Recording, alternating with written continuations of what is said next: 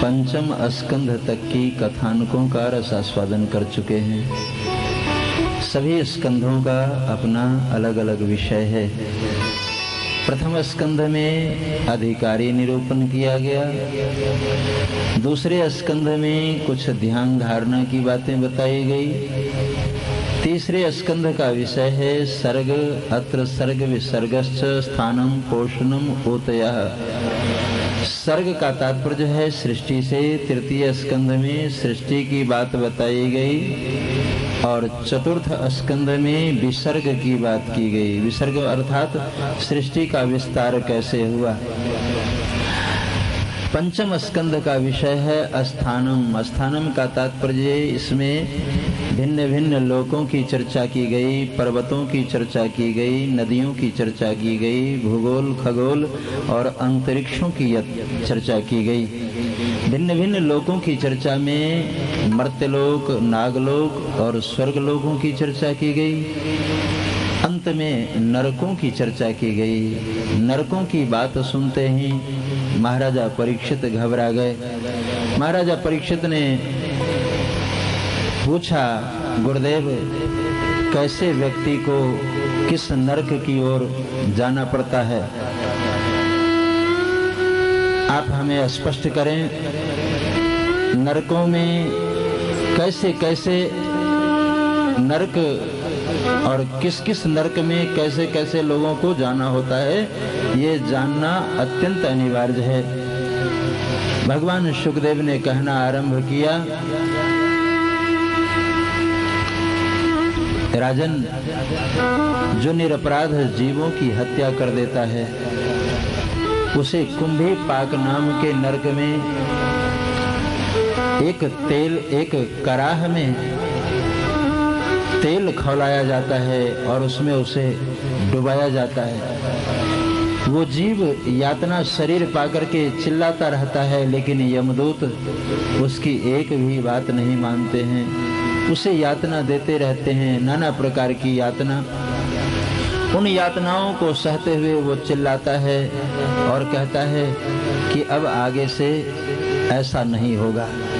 और जब हमारे सामने समस्या आती है तो हम भी यही प्रार्थना करते हैं, हे प्रभु, अब की बार हमें क्षमा कर दो, आगे से ऐसा नहीं होगा। जहाँ संकट आया उस समय परमात्मा के आगे हाथ जोड़ते हैं कि अब आगे से नहीं होगा। गोस्वामी जी ने बहुत सुंदर बात कही है, अब लो नसानी अब नान सही नसानी अब नान सही हो।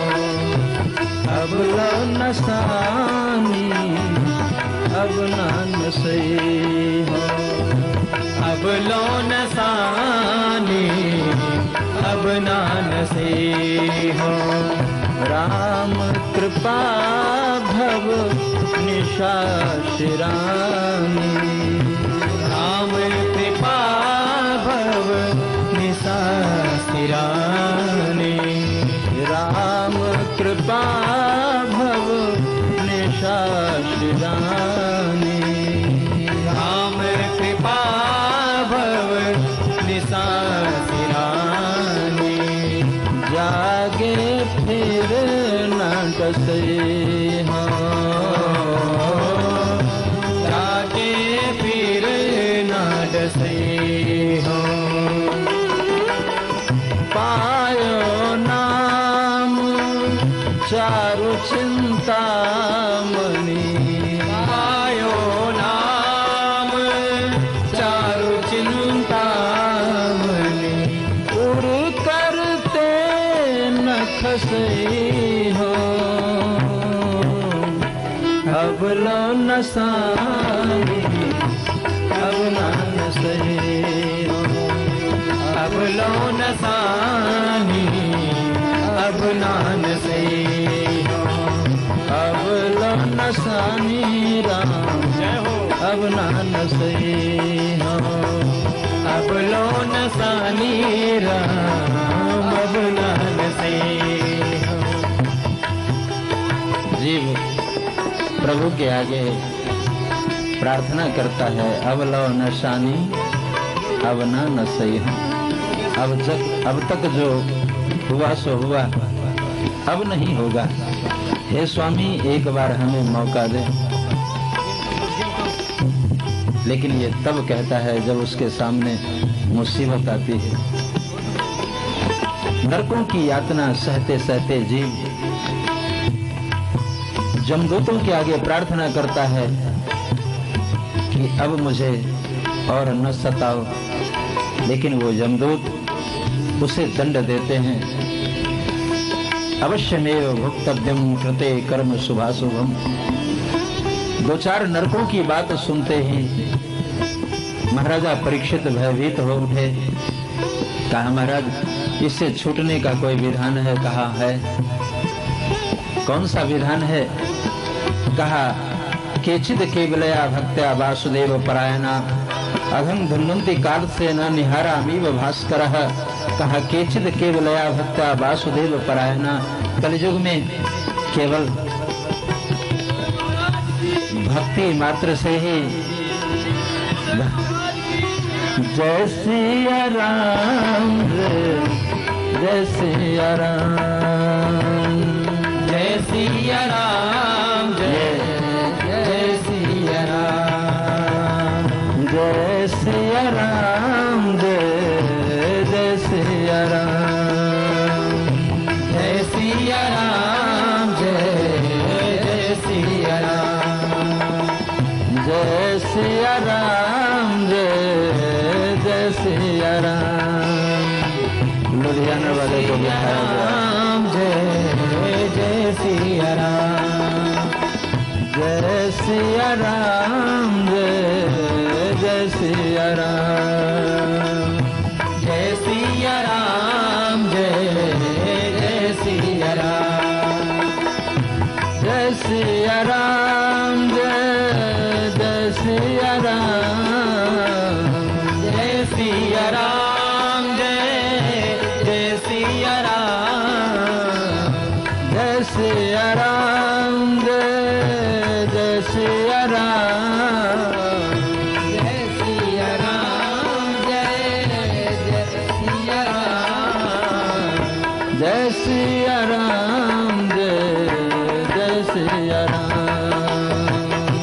जय सिया राम जय जय सिया राम जय सिया राम जय सिया राम जय सिया राम जय जय सिया राम जय सिया राम जय जय सिया राम जय सिया राम जय जय सिया राम जय सिया राम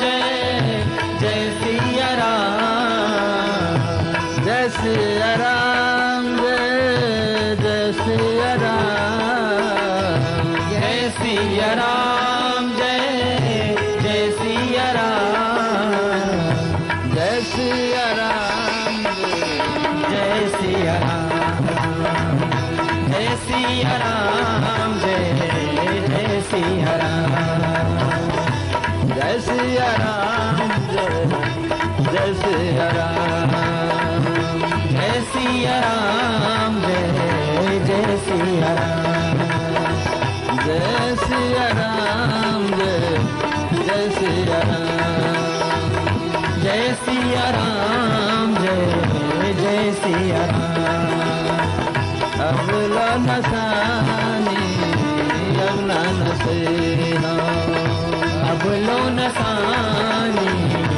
अब नान से हो अब लो नसानी अब ना नसे हो अब लो नसानी अब नान से हो।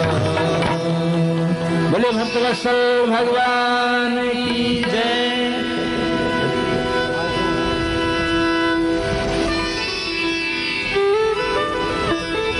अब लो नसानी अब ना नसई हों, राम कृपा भव निशा शिरानी, जागे फिर न डसई हों। हे देव, अब की बार आप क्षमा कर दें, आगे से ऐसा नहीं होगा। यातना शरीर पाने के बाद जीव बार बार प्रार्थना करता है। परीक्षित जी ने जब नरकों की बात सुनी तो भयभीत हो गए। पूछा, गुरुदेव कोई उपाय है? आप कोई उचित मार्गदर्शन करें जिससे नरकों की यातना सहनी न पड़े। कहा, एक ही उपाय है, केचिद केवलया भक्ता वासुदेव परायणा। कलयुग में केवल प्रभु के नाम में ही ऐसी शक्ति है कि नाम लेत भव सिंधु सुखाही, करहु विचार सुजन मन माही। एक बार नाम लेते ही जितने पाप ताप होते हैं सब जल करके खाक हो जाते हैं। नाम में इतनी शक्ति है। ज्ञान से भी प्रायश्चित किया जा सकता है, कर्म से भी प्रायश्चित किया जा सकता है, किंतु कलयुग में केचिद केवलया भक्त्या, केवल प्रभु चरणों की भक्ति हो और भक्ति पूर्वक भगवान का भजन करे तो प्रायश्चित हो जाता है, पापों से छुटकारा मिल जाता है। इस विषय में महात्मा लोग एक इतिहास सुनाते हैं। कान्यकुब्ज देश में एक ब्राह्मण रहते थे, नाम था अजामिल। कान्यकुब्जे दुजः कश्चित दासी पति अजामिलः, नामना नष्ट सदाचारो दास्या संसर्ग दूषितः। कहा, कान्यकुब्ज, कान्यकुब्ज का अर्थ हुआ कन्नौज। कन्नौज में एक ब्राह्मण रहते थे, नाम था अजामिल। जैसा नाम वैसा ही काम, नामना नष्ट सदाचारो। सदाचार तो उनको छुआ तक नहीं, बड़े ही निंदित कर्म किया करते थे। निरपराध जीवों की हत्या करना, किसी के बच्चों को पकड़ लेना, बंधक बना करके उनके माता पिता से धन ऐंठना, जितने निंदित कर्म थे सारे निंदित कर्म अजामिल के जीवन में। घर में जो देवी थी वो भी कोई अच्छा कर्म नहीं थे उसके, वो भी वेश्यावृत्ति किया करते थे। लेकिन इन दोनों का उद्धार हो गया। महाराजा परीक्षित ने पूछा, महाराज इन लोगों ने ऐसा कौन सा कार्य किया जिससे ऐसे अजामिल जैसे अधम का उद्धार हुआ? आप हमें सुनाने की कृपा करें। भगवान शुकदेव ने कहना आरंभ किया, राजन, एक बार कुछ महात्मा लोग चातुर्मास बिताने के लिए कान्यकुब्ज देश में ही पहुंचे। वहां जाकर के लोगों से पूछा कि इस नगर में कोई ऐसा भक्त हो जिसके यहाँ हम लोग ठहरें और रात्रि भर रुकेंगे, प्रातः काल फिर आगे की यात्रा करेंगे। ऐसे लोगों से पूछा जो बच्चे कुछ मनचले टाइप के थे। उन बच्चों ने देखा कि ये बाबा लोग खाते हैं और टहलते हैं, काम धंधा तो कुछ करते नहीं। आज इनको ऐसे भक्त का आता पता बताया जाए जो इनकी झोली झंडी वगैरह सब छीन ले और इनको खूब दंड दे। बच्चों ने कह दिया, बाबा हमारे गांव में एक भक्त रहते हैं, नाम है अजामिल, आप उनके यहाँ चले जाएं तो आपकी खूब सेवा होगी। बाबा लोग अजामिल अजामिल करते हुए पहुंच गए। अजामिल तो घर में थे नहीं, शिकार खेलने चले गए थे। पीछे से पत्नी थी। जैसे अजामिल भगत करके बाबा लोगों ने आवाज दी, वो देवी निकल आई। उसने देखा कि आज ये महात्मा लोग मेरे घर कैसे आ गए, क्योंकि मेरे यहाँ तो अच्छे लोग कभी आए नहीं। ये अच्छे लोग क्यों मेरे घर आ गए, कैसे आ गए? कहीं ऐसा तो नहीं कि रास्ता भूल गए हो? जाकर के नमस्कार किया, महाराज आपने अभी अजामिल जी को पुकारा? कहा हाँ माता जी।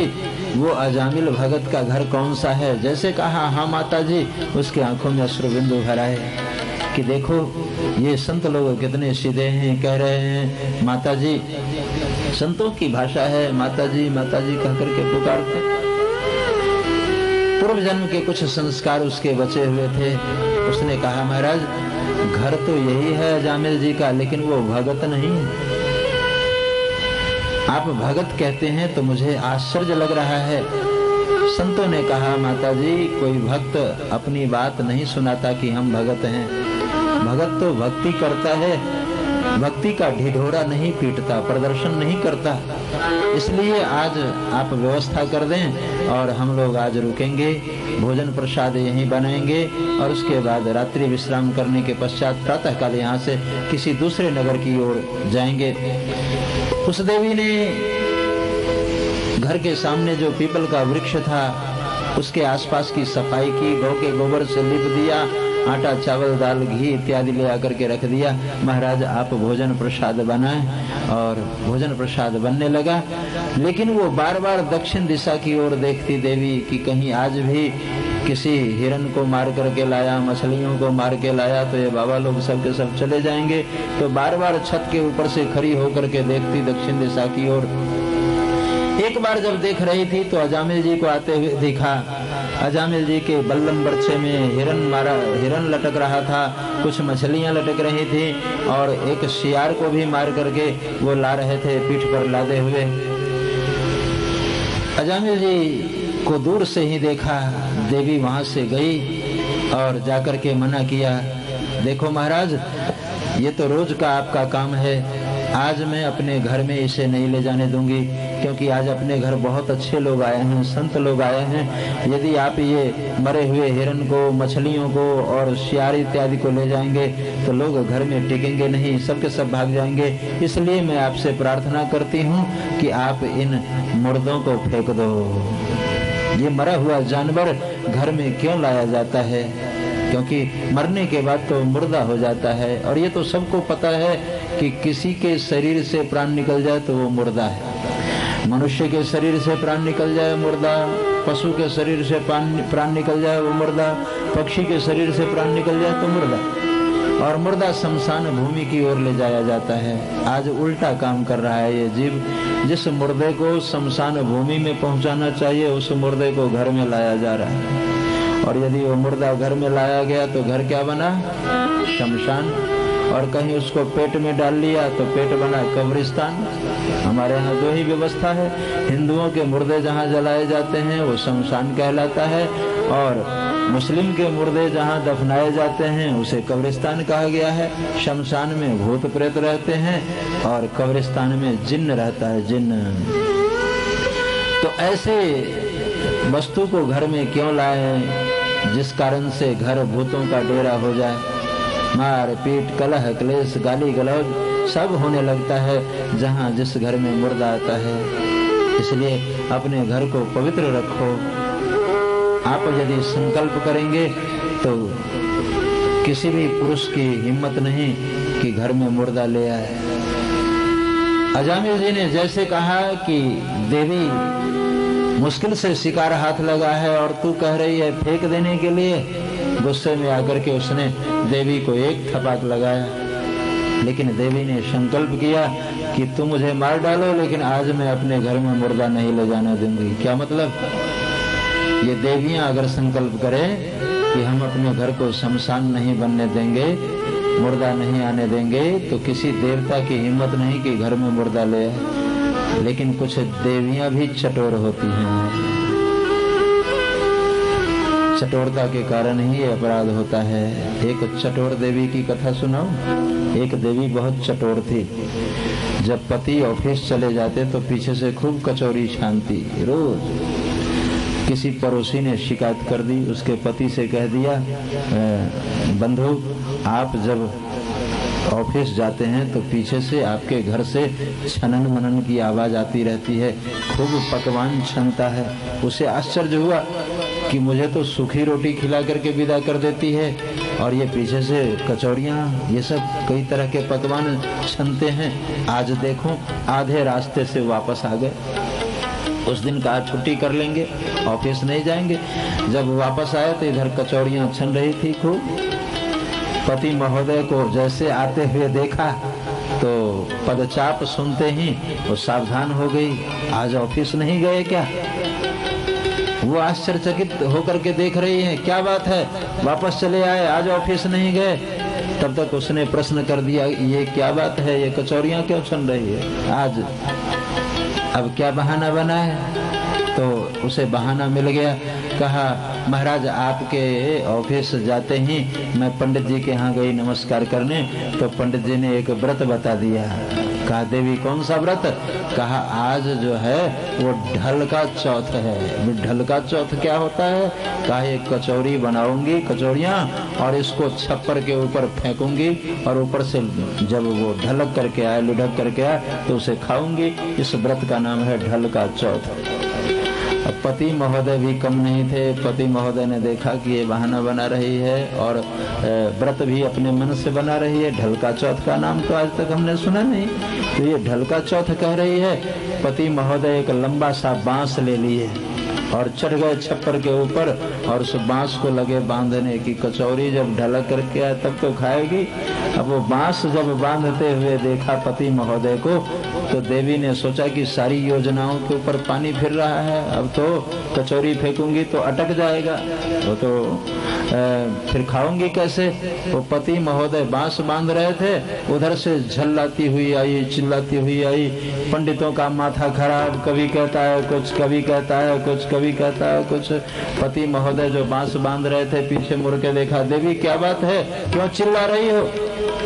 कहा सवेरे पंडित जी से पूछा तो पंडित जी ने कहा ढल का चौथ। अब पूछ के आई हूँ तो वो कह रहा है अटका चौथ। अटका चौथ क्या मतलब? कहा जो कचौरी अटक जाए वो खाना। पति महोदय अपना सिर पीटने लगे, देवी तेरा ढल का चौथ और अटका चौथ तू ही जान। ये अटका चौथ क्या होता है और ढल का चौथ क्या होता है? कहने का तात्पर्य कि कुछ देवियां भी चटोर होती हैं और चटोरता के कारण ही ये अपराध समाज में हो रहे हैं। देवियां यदि संकल्प करे कि मैं अपने घर को शमशान नहीं बनने दूंगी, तो किसी देवता की हिम्मत नहीं कि घर में मुर्दा ले आए। अजामिल की पत्नी संकल्प की कि तुम मुझे मार डालो, लेकिन आज मैं ये मुर्दा घर में नहीं ले जाने दूंगी, क्योंकि आज हमारे घर संत लोग आए हैं, बड़े अच्छे अच्छे संत हैं। और अंततः अजामिल को झुकना पड़ा। अजामिल जी ने कहा देवी तुम जो कहोगी मैं वही करूंगा। सभी हिरन को, मछलियों को, सियार को, सबको फेंक दिया और पत्नी से पूछा देवी क्या करूं? कहा इस सरोवर में डुबकी लगाओ। डुबकी लगाने के बाद आज ब्राह्मण जैसा बन जाओ, कम से कम ब्राह्मण का स्वरूप है, स्नान करो और तिलक लगाओ। तिलक लगा करके दरवाजे पर चलो, क्योंकि आज संत लोग आए हैं। और खूब सुंदर तिलक वगैरह लगा करके जब अजामिल जी आए तो बाबा लोगों का एक अपना नियम होता है, साधु ब्राह्मण जिसके यहाँ खाते हैं उसके यहाँ जरूर गाते हैं, जिसका खाते हैं उसका जरूर गाते हैं। खाने में कमी करे तो गाने में भी कमी कर देते हैं, लेकिन वो चुप नहीं रह सकते। जजमान बड़ा अच्छा था, खूब खिलाया, व्यवस्था इतनी ऊंची थी कि कहना ही क्या। तो शंति भोजने विप्रा मयूरा घन गर्जने, जैसे आकाश में काले बादल को देख करके मोर नाचने लगता है, वैसे असली ब्राह्मण जो है सुंदर भोजन देखे तो नाचने लगता है, भोजन से प्रसन्न हो जाता है। जो भोजन से प्रसन्न हो जाए समझना कि असली ब्राह्मण। ब्राह्मण का वास्तविक संबंध भोजन से है, और दक्षिणा अगर मिल जाए तो फिर कहना ही क्या, फिर तो सोने में सुहागा जैसी बात है।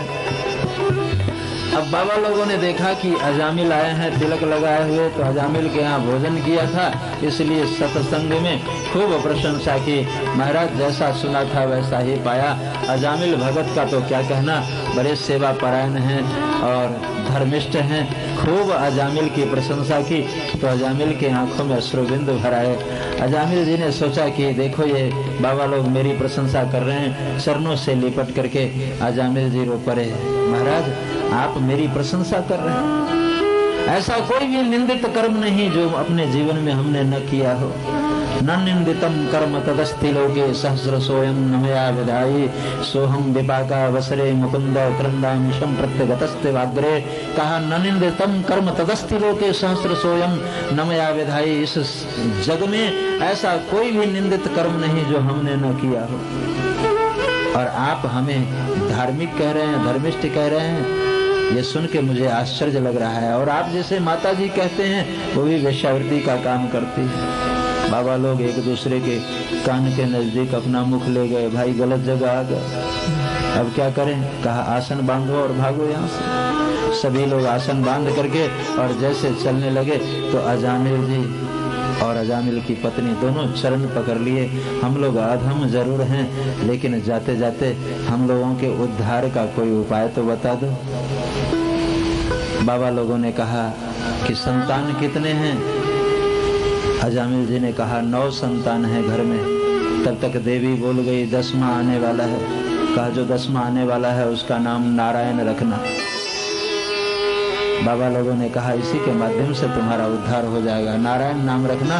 कहते हुए चले गए और भगवान का नाम चाहे किसी भी माध्यम से लो, अग्नि को जान करके छुओ अथवा अनजाने में छुओ, वो जलाएगी। अग्नि क्या करेगी? जलाएगी। जान करके छुओ तभी जलाएगी, अनजाने में छुओ तभी जलाएगी। तो भगवान का नाम चाहे श्रद्धा से ले अथवा भाव से ले अथवा कुभाव से ले, किसी भी तरह भगवान का नाम ले तो वो लाभकारी होता है। भगवान का नाम किसी भी तरह ले। तुलसी अपने राम को रीझ भजे चाहे खीज, उल्टे सीधे खेत में ज्यों जामत हैं बीज। किसी भी तरह भगवान का भजन करे। रामायण में लिखा है भाव कुभाव अनख आलस हो, भाव कुभाव अनख आलस हो, नाम जपत मंगल दिश दस हो, नाम जपत मंगल दिश दस हो, भाव कुभाव अनख आलस हो, भाव कुभाव अनख आलस हो। जय सिया राम जय जय सिया राम, जय सिया राम जय जय सिया राम, जय सिया राम जय जय सिया राम, जय सिया राम जय जय सिया राम, जय सिया राम जय जय सिया राम, जय सिया राम जय जय जय सिया राम जय जय सिया राम, जय सिया राम जय जय सिया राम। भाव कुभाव अनख आलस हो, भाव कुभाव अनख आलस हो, नाम जपत मंगल दिश दस हो, नाम जपत मंगल दिश दस हो। भाव कुभाव अनख आलस हूँ। भाव से कुभाव से स्वभाव से भगवान का नाम जैसे भी ले वो मंगलकारी है। चीनी का लड्डू किसी भी तरफ से खाओ मिठाई लगेगी, चाहे वो टेढ़ा हो अथवा सीधा हो, आवश्यकता है उसमें चीनी हो तो वो मीठा लगेगा ही निश्चित रूप से। तो भगवान का नाम किसी भी तरह लो। हमारे यहाँ तो यहाँ तक कहा गया है कि राम राम कही जे जमवाई है। जो जमाई आती है उस समय भी यदि कोई राम राम मुख से उच्चारण करे तो उससे भी लाभ मिल जाता है। तो भगवान का नाम चाहे बच्चे के माध्यम से लो, रिश्तेदारों के माध्यम से लो। इसीलिए हमारे यहाँ पहले बच्चों का नाम भगवान से संबंधित रखा जाता था। जितने बुजुर्ग लोग हैं पुराने लोगों से पूछो तो उनका नाम भगवान से संबंधित होगा, और यही उसके माता पिता के धार्मिक होने का परिचायक है। बच्चों का नाम भगवान से संबंधित रखते थे। आज भी जो व्यापारी वर्ग है, ऊंचे परिवार के लोग हैं, बच्चों का नाम चाहे जैसा भी हो लेकिन नौकर का नाम रामू जरूर रखते हैं। नौकर का नाम रामू क्यों रखते? क्योंकि हमेशा उससे जरूरत पड़ते, रामू ये ले आ, रामू ये ले आ, रामू ये ले आ। क्यों? इसी बहाने राम राम उच्चारण, रामू या श्यामू ये सब नाम रखते हैं। हम लोग जाते हैं ना कलकत्ता आदि महानगर में तो ऐसा देखते हैं ऊंचे परिवारों में लोग बच्चों का नाम भले ही जैसा रखे लेकिन नौकर का नाम या तो रामू रखेगा या राधे रखेगा, उससे आवश्यकता पड़ती रहती है। इसीलिए बच्चों का नाम भगवान से संबंधित है। आज के संदर्भ में कहूँ तो बच्चों का नाम कुत्ते बिल्ली से भी गया बीता। आजकल किसी बच्चों से पूछो क्या नाम है बेटे, क्या कुक्कू, टुक्कू, टिंकी, पिंकी, इन नामों से माता पिता का कभी हित नहीं होगा, कभी उद्धार नहीं। नाम भगवान से संबंधित रखो, जिस नाम का कोई अर्थ हो, सुंदर अर्थ हो, सुनने के बाद एक बार मन प्रसन्न हो जाए, चित्त प्रसन्न हो जाए, कितना सुंदर नाम। अच्छा, किसी किसी बच्चे का नाम इतना सुंदर होता है कि इच्छा होती है इसके नाम के ऊपर 5 घंटा बोलूं। कई बच्चों के नाम इतने अच्छे होते हैं कि उनके नाम पर भी 10-5 घंटा बोला जा सकता है, इतने सुंदर सुंदर नाम होते हैं। नाम का अर्थ होना चाहिए। आजकल तुकबंदी मिलाने की बात है,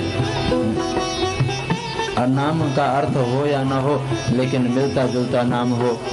जैसे किसी का नाम है महेश तो दूसरा बेटा आया तो गणेश, तीसरा आया तो सुरेश, चौथा आया तो रमेश, 5वां आया तो दिनेश, और कहीं छठा आ गया तो रख दिया सूटकेस। मिलना चाहिए, लेकिन नाम जो है वो तुकबंदी मिलना चाहिए। नाम का अर्थ हो या ना हो लेकिन तुकबंदी जो है मिलना चाहिए। इन नामों से माता पिता का उद्धार नहीं होता, भगवान नाम से उद्धार होता है। और यहाँ महात्माओं ने कहा कि ये जो 10वां पुत्र आने वाला है इसका नाम नारायण रखना। और नारायण नारायण नाम का संकीर्तन होने लगा। अब तो छोटे बच्चे से इतना लगाव, नारायण ये ले आओ, नारायण वो ले आओ, नारायण वो ले आओ, बस दिन भर नारायण नारायण करते वो भजन होने लगा। जब अजामिल जी का अंतिम समय आया, मृत्यु सैया के ऊपर सोए हुए थे, तो जमदूतों का आगमन हुआ और भयंकर रूप दे करके घबरा गए। जमदूत इसलिए आए कि ये अधम है, ये पापी है, इसको मैं यमलोक ले जाऊंगा, इसे नरक में डालूंगा। लेकिन जैसे जमदूतों को देखा, उनके मुख से आवाज निकली, नारायण नारायण नारायण। जैसे नारायण नाम उच्चारण किया, नारायण कहते ही प्राण निकल गए। और दूसरी ओर से भगवान के पार्षद आ गए। भगवान के पार्षदों ने जमदूतों से कहा, तुम कौन? कहा, तुम कौन? कहा, मैं इसे यमलोक ले जाऊंगा, नरक ले जाऊंगा। कहा, नहीं, ये बैकुंठ जाएगा। कहा, क्यों?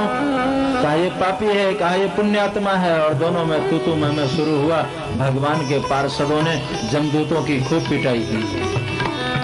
जमदूत बेचारे वहां से भागे, डर के मारे। यमराज के पास जाकर के कहा, महाराज आपसे भी ऊपर कोई है?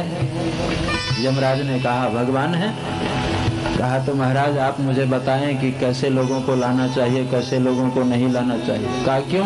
कहा, आपने भेजा था अजामिल को लाने के लिए, वहां पहले से मौजूद थे लोग और हमारी पिटाई की है उसने। तो यमराज ने बहुत सुंदर बात कही, देखो जमदूतों, किसे लाना चाहिए किसे नहीं लाना चाहिए ये भी जानना अत्यंत अनिवार्य है। कहा, जिह्वा न भक्ति भगवत गुण नाम ध्येयम। जो जिह्वा भगवान नाम का संकीर्तन न करे उसे ले आना। जिह्वा न भक्ति भगवत गुण नाम ध्येयम चेतस न स्मृति तच्चरणारविंदम। कहा, जिसकी जिह्वा भगवान नाम का संकीर्तन न करे, जिसका चित्त प्रभु चरणों का चिंतन न करे, जिसका सिर भगवान के चरणों में न झुके, ऐसे लोगों को ले आना। लेकिन जो नित्य भगवान की सेवा करे, नित्य भगवान का चरणामृत ले, गुरु गोविंद के चरणों में माथा टेके, एकादशी का व्रत करे, ऐसे लोगों को भूल करके कभी मत लाना। यमदूतों ने कहा, महाराज ये तो ठीक है, लेकिन उसने तो अपने बेटे का नाम लिया था। कहा, बेटे का नाम बाद में, पहले नाम किसका है? भगवान का। पहले तो भगवान का नाम नारायण है, उसने तो बाद में अपने बेटे का नाम रखा। और संकेतम परिहास्यम्बा, किसी भी तरह नाम ले तो लाभकारी होता है। यहाँ नाम की महिमा बताते हुए भगवान शुकदेव ने कहा, अजामिल ऐसे अधम का भी उद्धार हो गया। बिंदु जी ने लिखा है, बहुत सुंदर बात कही। अजामिल अधम में क्या थी बड़ाई, अजामिल अधम में क्या थी बड़ाई, मगर आपने उसकी बिगड़ी बनाई। मगर आपने उसकी बिगड़ी बनाई। घर घड़ी मौत की सर पे जब उसके आई तो बेटे नारायण की तीरथ लगाई। घड़ी मौत की सर पे जब उसके आई तो बेटे नारायण की रट वो लगाई। तुरंत खुल गए उसके वैकुंठ द्वारे, हरे कृष्ण गोविंद मोहन मुरारे। यही नाम मुख में हो हरदम हमारे, हरे कृष्ण गोविंद मोहन मुरारे। यही नाम मुख में हो हरदम हमारे, हरे कृष्ण गोविंद मोहन मुरारे। अजामिल अधम में क्या थी बड़ाई, उसने कोई अच्छा काम तो किया नहीं था। घड़ी मौत की सर पे जब उसके आई तो बेटे नारायण की थीरट लगाई। अपने बेटे को पुकारा था, लेकिन बेटे के माध्यम से तुरंत खुल गए उसके वैकुंठ द्वारे। वैकुंठ का द्वार खुल गया, भगवत धाम का अधिकारी बना। इस आख्यान को जो सुनता है और भगवान के नाम के प्रति निष्ठावान होता है, उसकी अंतिम यात्रा मंगलमय होती है। भगवान नाम की महिमा बताते हुए बहुत सुंदर चर्चा ये आख्यान सुनाए। परीक्षित जी ने कहा, महाराज वो तो ठीक है, नाम की महिमा सबसे अधिक श्री नारद जी जानते हैं। नारद जी से बढ़कर के और कौन हो सकता है नाम का गुणगान करने वाला। एक क्षण भी अपना समय बर्बाद नहीं करते, नारायण नारायण करते हुए। एक बार श्री नारद जी जा रहे थे तो प्रचेता दक्ष के 10,000 पुत्रों को बाबा जी बना दिया। परीक्षित जी ने पूछा, महाराज प्रचेता दक्ष के 10,000 पुत्रों को श्री नारद जी ने कैसे बाबा जी बना दिया, ये जानने की इच्छा है, आप स्पष्ट करें, मुझे बताएं आखिर कैसे प्रचेता दक्ष के पुत्रों को श्री नारद जी ने बाबा जी बना दी। कहा, एक बार की बात है, प्रचेता दक्ष के 10,000 पुत्र जो थे वो जा रहे थे सृष्टि का विस्तार करने के लिए। तो बीच में श्री नारद जी से भेंट हो गई और श्री नारद जी ने उन बच्चों को बुलाया। कहा, बच्चों तुम लोग कहाँ जा रहे हो, क्या करने जा रहे हो, कम से कम ये तो मुझे बताओ। सभी बच्चों ने कहा, बाबा मैं सृष्टि का विस्तार करने जा रहा हूँ। नारद जी ने कुछ प्रश्न कर दिए, बताओ एक ऐसी नदी है जो दोनों तरफ से बहती है, तुम बता सकते हो वो नदी कौन सी है जो दोनों तरफ से बहती है। कहा, महाराज ये तो बड़ा कठिन प्रश्न है। कहा, जब तुम्हें ये भी जानकारी नहीं है, शरीर के विषय में भी तुम्हें ज्ञान नहीं है, तो तुम सृष्टि का विस्तार कैसे करोगे। तुम लोग ऐसा करो, भजन करो और भजन करके अपना जीवन सार्थक बनाओ। तो 10,000 बच्चों को बाबा जी बना दिया। प्रचेता दक्ष को बहुत दुख हुआ कि ये नारद जो है हमारा घर बिगाड़ दिया, क्योंकि इसने मेरे बच्चे को साधु बना दिया, क्योंकि इसने मेरे बच्चे को साधु बना दिया। और वो भी 1-2 बच्चे नहीं, 10,000 बच्चे को साधु बना दिया। अब नारद से यदि भेंट हो गई तो मैं उसे जरूर शाप दूंगा। और नारद से जैसे भेंट हुई, दक्ष ने शाप दे दिया, अहो असाधो साधु नाम साधु लिंगेन नस्तया। तुम मेरे बच्चों को साधु बना दिए हो, इसलिए मैं तुम्हें शाप देता हूँ कि तुम एक घड़ी से अधिक कहीं टिके नहीं सकते। और नारद जी ने उस शाप को स्वीकार किया। नारद जी तो चले गए, किंतु पीछे से प्रचेता दक्ष ने एक संकल्प किया कि पुत्र उत्पन्न करता हूं तो नारद उसे बाबा जी बना देता है, इसलिए अब कन्या ही उत्पन्न करूंगा। और उसने बहुत से कन्या उत्पन्न की। उन कन्याओं में से 2 कन्या का विवाह एक महात्मा के साथ हुआ। कन्याओं का नाम दिति और अदिति। दिति और अदिति 2 कन्या थी। एक महात्मा के साथ दोनों का ब्याह कर दिया। उस महात्मा का नाम कश्यप। कश्यप ऋषि के साथ दोनों की शादी हुई। पिता 1 माता 2। एक माँ राक्षसों को जन्म दी और एक देवताओं को। ये बड़ा विचित्र संजोग इसे कह सकते हैं। आप प्रश्न कर सकते हैं कि पिता एक, माता दो और एक माँ देवताओं को जन्म दी, एक दैत्यों को, एक राक्षसों को, ऐसा क्यों? क्योंकि हमारे यहाँ शास्त्रों में ऐसा विधान बनाया गया है। 4 प्रहर की रात्रि होती, 6 से 9, 9 से 12, 12 से 3 और पुनः 3 से 6। सभी प्रहर का देवता होता है। किस प्रहर में मनुष्य को क्या करनी चाहिए, ये भी ज्ञान होना अत्यंत अनिवार्य है। जैसे आप भजन करेंगे तो इसके लिए चौथा प्रहर चाहिए, उसे अमृत वेला। 3 से 6 रात्रि का जो समय है, 3 से 6, 3 बजे स्नान करके आप भजन करो, ध्यान करो, पूजन करो तो आपका मन इतना लगेगा जितना कि संध्या आप अगर 6 से 9 में चाहे तो भजन कर सकते हैं।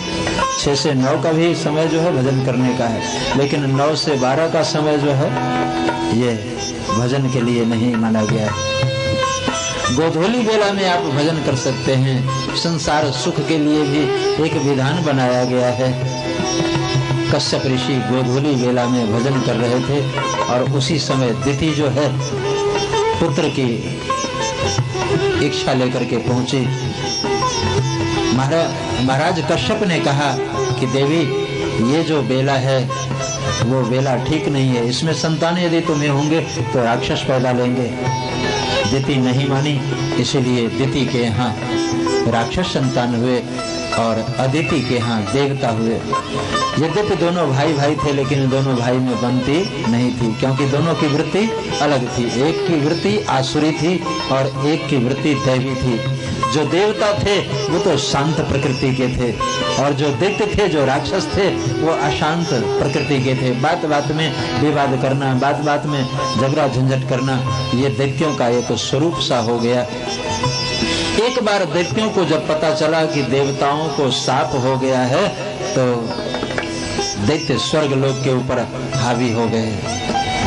कहा परीक्षित जी ने, गुरुदेव, देवताओं को किसने शाप दिया, आप हमें स्पष्ट बताएं। भगवान शुकदेव ने कहा, गुरु ने। देवताओं के गुरु बृहस्पति जी ने अपने शिष्यों को शाप दे दिया, जिस कारण से उनका सारा वैभव नष्ट हो गया। उनके शरीर की कांति, तेज जो थे वो समाप्त हो गए। कहा, गुरु ने अपने शिष्य को शाप क्यों दे दिया? महाराज, ये बात तो अच्छी नहीं लगी। कहा, एक बार इंद्र अपने सभा में विराजमान था, सिंहासन के ऊपर बैठा था और नाच गाने में इतना मस्त था कि बृहस्पति जी का अपमान कर दिया। गुरु आए, उसने नमस्कार तक नहीं किया। देखा कि गुरुदेव आ रहे हैं तो अपना मुख दूसरी ओर फेर लिया कि ताकि गुरुदेव समझें कि ये मुझे देखा ही नहीं। यदि गुरुदेव की ओर देख लें तो सिंहासन से उतर करके नमस्कार करना होगा और उसमें हमारा उपहास होगा, इंसल्ट होगा। इसलिए इंद्र ने अपना मुख दूसरी ओर कर लिया। बृहस्पति जी समझ गए कि ये अभिमानी हो गया है, अहंकारी हो गया है, इसलिए इसके अहंकार का मर्दन करना अत्यंत अनिवार्य है। उस सभा से वापस चले आए, उल्टे पांव वापस आए और अपनी कुटिया में विराजमान हो गए। भजन करना शुरू किया। इंद्र को बाद में पश्चाताप होने लगा। सभासदों ने कहा, राजन, आपने गुरुदेव का अपमान किया है, ये अच्छा नहीं किया, जाइए आप क्षमा याचना करें। इंद्र पहुंचा कुटिया में, क्षमा याचना करने के लिए प्रार्थना की गुरुदेव के चरणों में। गुरुदेव तुम्हारी जय होवे, गुरुदेव तुम्हारी जय होवे, गुरुदेव तुम्हारी जय होवे, गुरुदेव तुम्हारी जय होवे, गुरुदेव तुम्हारी जय होवे, गुरुदेव तुम्हारी जय होवे, गुरुदेव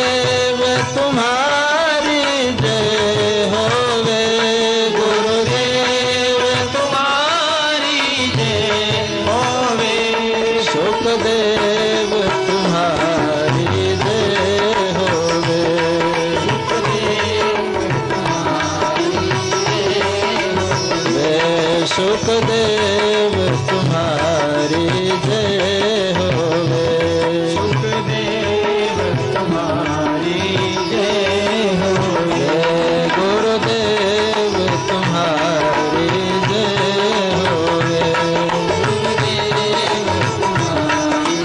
जय होवे। बोलिए सद्गुरुदेव भगवान की जय। इंद्र ने प्रार्थना की, लेकिन बृहस्पति जी ने उस प्रार्थना के ऊपर ध्यान नहीं दिया और तत्रैव अंतर्धीयते उस कुटिया से गायब हो गए। इंद्र ने जब कुटिया की ओर देखा झांक करके तो कहीं गुरुदेव नजर नहीं आए। वापस सभा में आया, सभासदों ने पूछा गुरुदेव से भेंट हुई। इंद्र ने मना कर दिया कि नहीं, वो तो पता नहीं कहाँ चले गए। सभासदों ने कहा कि जब तक आपके गुरुदेव नहीं मिल जाते कोई न कोई वैकल्पिक व्यवस्था कर लीजिए, बिना गुरु के कैसे किसी कार्य की सिद्धि होगी। तो इंद्र ने कहा कौन सा विकल्प ढूंढूं? तो त्वष्टा के पुत्र थे, नाम था विश्वरूप। विश्वरूप इसके 3 मुख थे।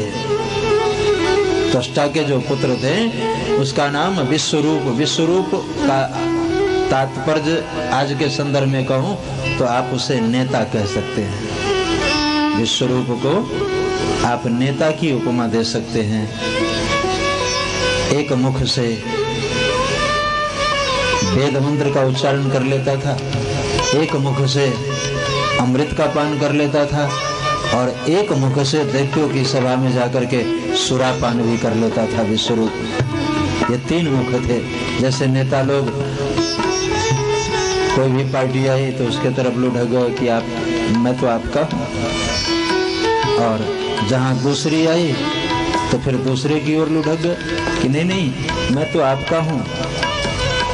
बल्कि यदि वास्तविक स्वरूप का परिचय दिया जाए तो वो किसी का नहीं है। नेता किसे कहते हैं? कुछ पंक्तियों में नेता का परिचय दिया गया है। धूर्तों का बहुत चहेता हूँ, धूर्तों का बहुत चहेता हूँ, चुपके से पैसा लेता हूँ, सब बात टाल ही देता हूँ, मैं नेता हूँ, मैं नेता हूँ। नेता यदि कोई काम कर दे तो फिर उसकी नेतागिरी नहीं चलती। नेता तो नेता। तो ये विश्वरूप था। एक मुख से अमृत पान करता था, एक मुख से वेद मंत्र का उच्चारण करता था, एक मुख से सुरापान करता था। लेकिन इसने इंद्र को एक कवच दी, बहुत सुंदर कवच। वो कवच जो था उस कवच का नाम है नारायण कवच। इस कवच का यदि पाठ कोई करे तो उसके ऊपर शत्रुओं का कोई प्रभाव नहीं होता। श्रीमद् भागवत के 6ठे स्कंद के 8वें अध्याय में यह नारायण कवच है। गीता प्रेस गोरखपुर वालों ने भागवत में से इस कवच को निकाल करके एक लघु पुस्तिका का रूप दिया है नारायण कवच का, और वो नारायण कवच का पाठ हमारे भक्त समुदाय में होता है। इसके बहुत सुंदर सुंदर श्लोक हैं। पाठ करने का क्रम है। जले सुमा रक्षत मत्स्य मूर्ति यादोर गणेभ्यो वर्णस्य पासाद स्थलेषु माया बट बामनो व्यात त्रिविक्रम खेवत विश्वरूपः। तो इसके एक से एक भाव हैं, एक से एक अर्थ हैं इस श्लोक के। नारायण कवच का पाठ करें तो शत्रुओं का कोई प्रभाव नहीं होता। इंद्र को ये कवच दे दिया, तूने मुझे गुरु के रूप में वर्ण किया है तो मैं तुम्हारी सुरक्षा के लिए ये कवच देता हूँ, तुम इसका पाठ नित्य करना। नारायण कवच दे दी और वो इंद्र 1 साल तक पाठ करता रहा, लेकिन अपने गुरु से उसकी भेंट नहीं हुई। 1 साल तक लोगों ने सिंहासन पर इसे बैठने नहीं दिया, और यही वो समय है कि राजा नहुस ने इंद्र की गद्दी संभाली थी 1 साल के लिए। 1 साल बाद जब उसे पता चला कि ये जो हमारे वैकल्पिक गुरु हैं इनके 3 मुख हैं, एक मुख से वेद मंत्र का उच्चारण करते हैं, एक मुख से सुरापान करते हैं, तो इंद्र ने विश्वरूप का सिर काट डाला। सिर काटने के कारण इंद्र को ब्रह्म हत्या का पाप लगा, और लोगों ने कहा जब तक आप प्रायश्चित नहीं करोगे तब तक सिंहासन पर कैसे बैठोगे। तो उस ब्रह्म हत्या के पाप को इंद्र ने 4 भागों में बांट दी। एक भाग पृथ्वी को दे दिया। जहां इंद्र का दिया हुआ पाप है वहां पर आप चाहे लाख खाद पानी डालो कोई फसल होने का नहीं, उसे उत्सर भूमि कहते हैं। वो उत्सर भूमि कहलाए। एक भाग भूमि को दे दिया, पृथ्वी को दे दिया, एक भाग जल को दे दिया। जल में आप देखते हैं गुब्बारे जैसा कभी कभी बरसात के समय में जो आता है, लोग उसे एक किनारे करके डुबकी लगाते हैं नदियों में, खास करके नदी वगैरह में ये दिखाई देता है। वो इंद्र का दिया हुआ पाप है। एक भाग जल को दे दिया, एक भाग वृक्ष को दे दिया। वृक्ष के डाल टहनियों को आप काट दें तो काटने के बाद भी उसमें एक गोंद जैसा लाशा टाइप का होता है, वो इंद्र का दिया हुआ पाप है। वो धीरे धीरे फिर उन टहनियों को भर देता है, कटे हुए भाग को वो पूरा कर देता है। तो तीसरा भाग वृक्ष को दे दिया और चौथा भाग जो था वो स्त्रियों को स्त्री धर्म के रूप में दे दिया। ये 4 भागों में विभाजित किया उसने ब्रह्म हत्या के पाप को, और उसके बाद उससे मुक्ति पाया और सिंहासन के ऊपर बैठा। लेकिन त्वष्टा जो थे विश्वरूप के पिता, उनको बड़ा दुख हुआ कि इंद्र ने मेरे पुत्र की हत्या कर दी। तो इंद्र को मारने के लिए एक यज्ञ किए और उसमें आहुति डालने लगे। इंद्र शत्रुर अवर्धस्व, और हमारे यहाँ संस्कृत में यदि उच्चारण में दोष हो जाए तो अर्थ बदल जाता है। त्वष्टा ने आहुति डाली कि इंद्र को मारने वाला शत्रु पैदा हो, लेकिन उच्चारण में गलती हो जाने के कारण अर्थ बदल गया, इंद्र से मरने वाला शत्रु पैदा हो। और वो जब यज्ञ से पैदा हुआ तो वृत्रासुर कहलाया। वृत्रासुर जो था बड़ा भयंकर राक्षस, उसने दैत्यों से मिलकर के देवलोक के ऊपर आक्रमण कर दिया, देवताओं को घर से बेघर कर दिया। सभी देवता लोग भयभीत मुद्रा में इधर उधर जाने लगे, कहाँ जाएं, क्या करें, अब कौन मेरी रक्षा करे। तो भगवान के पास जाकर के प्रार्थना की, हे देव आप मेरी रक्षा करें। भगवान ने कहा कि एक ही उपाय है, दधीचि ऋषि के पास जाओ और वो यदि अपनी हड्डी दे दे तो उस हड्डी से जो वज्र बनेगा उस वज्र से वृत्रासुर का वध हो सकता है। देवताओं ने दधीचि ऋषि से प्रार्थना की है और हड्डी लाया है, उसे वज्र बना करके जब वृत्रासुर के ऊपर प्रहार किया तो वृत्रासुर का वध हुआ है। और वृत्रासुर भगवान से प्रार्थना की है अंतिम समय में, बहुत सुंदर बात कही है, अजात पक्षा एवं मातुरम खगा स्तन्यम यथा वत्सतरा क्षुधार्ता प्रियम प्रियव विशतम विषन्ना मनोरविंदाक्ष दीदृक्षते त्वाम। वृत्रासुर ने जब इंद्र को हाथ में वज्र लिए हुए देखा तो प्रार्थना की, इंद्र तुम मुझे मार देना लेकिन 2 मिनट का समय दो, मैं मरने से पहले प्रभु से प्रार्थना करना चाहता हूँ। और जब प्रभु को पुकारा है तो उस वज्र में ही वृत्रासुर को भगवान के दर्शन हुए। बोलिए भक्तवत्सल भगवान की जय। भगवान के दर्शन हुए और उसने जो प्रार्थना की है बहुत सुंदर बात कही है, अजात पक्षा। अजात पक्षा का तात्पर्य जैसे पक्षी अपने बच्चे को जन्म दे करके जंगल में दाना दुनका चुगने के लिए चली जाती है और वो बिना पंख का बच्चा उस घोंसले में से चोंच निकाल करके अपनी माँ का राह देखता रहता है। हे देव, जिस तरह वो बच्चा अपनी माँ की प्रतीक्षा करता है, आपको देखने के लिए मेरी आंखें उसी बच्चे की तरह हो जाए। जैसे ही कोई गौ माता बछड़ी को जन्म दे करके जंगल में घास चरने चली जाती है और वो बछड़ा अपनी माँ की प्रतीक्षा करता रहता है, माँ माँ चिल्लाता रहता है, मेरी जिह्वा उसी तरह आपके नामों का संकीर्तन करे। और तीसरी बात कही, प्रियम प्रिय वह। जैसे कोई पति महोदय अपने पत्नी को पत्र लिख दे कि देवी मैं कल आ रहा हूँ और उसकी पत्नी जितनी आतुरता से उसकी प्रतीक्षा करती है, हे देव आपसे मिलने के लिए मेरी दशा उसी की तरह हो जाए। 3 बातें कही है और उसके बाद इंद्र ने वृत्रासुर का वध किया है। फिर से देवलोक आबाद हुआ है। इधर देवताओं को शक्ति मिली और दैत्य लोग पराजित हो गए। देवताओं ने खूब प्रार्थना की है प्रभु के चरणों में। कथा सुनते सुनते परीक्षित जी ने एक प्रश्न कर दिया, महाराज बात समझ में नहीं आती, जब भगवान के दोनों हैं, दैत्य और देवता दोनों भगवान के हैं, तो भगवान एक को मारते हैं और एक को जिलाते हैं। ऐसा नहीं करनी चाहिए। भगवान को तो निष्पक्ष होना चाहिए। भगवान एक को मारते हैं, एक को जिलाते हैं, ऐसा क्यों? कहा यही प्रश्न एक बार युधिष्ठिर जी ने श्री नारद जी से किया था। कब किया था? कहा राजसूय यज्ञ में। जिस समय राजसूय यज्ञ का आयोजन किया गया था और उसमें सभी राजाओं की पूजा की बात हुई कि किसकी पूजा होनी चाहिए, तो सब लोगों ने भगवान श्री कृष्ण का नाम लिया कि हम लोगों के बीच में भगवान श्री कृष्ण ही पूजन करने योग्य हैं, इसलिए भगवान की पूजा होनी चाहिए। तो सभी लोग स्वीकृति दे दिए, लेकिन चेदी नरेश शिशुपाल जो था वो भगवान को गाली देने लगा कि घर घर जाकर के जो मक्खन की चोरी करे, दही की चोरी करे, दूध की चोरी करे, वो उसकी पूजा होगी, और हम लोग इतने प्रभावशाली राजा हैं, हमारी पूजा नहीं होगी। जब गाली देने लगा तो भगवान श्री कृष्ण को गाली देते हुए देखा। भीमसेन ने गदा उठाई, मैं इसे मार डालूंगा। भगवान ने मना कर दिया, भैया इसे मारना मत, क्योंकि मैंने इसके माता को वरदान दिया है। क्या वरदान दिया है? कहा कि इसके 100 कसूर माफ कर देंगे, इसकी 100 गलती माफ कर देंगे। तो आज वो वरदान चरितार्थ करनी है। भगवान लाइन खींचने लगे। शिशुपाल गाली दे रहा था और भगवान उसी सभा में लाइन खींचने लगे। जब 100 पूरा हो गया तो भगवान के तर्जनी से सुदर्शनो महाज्वाला, सुदर्शन चक्र छूटा और शिशुपाल का सिर काट दिया। शिशुपाल का सिर कटा, लेकिन उस शिशुपाल का तेज भगवान श्री कृष्ण में समाहित हुआ। ये दृश्य देख रहे थे कौन?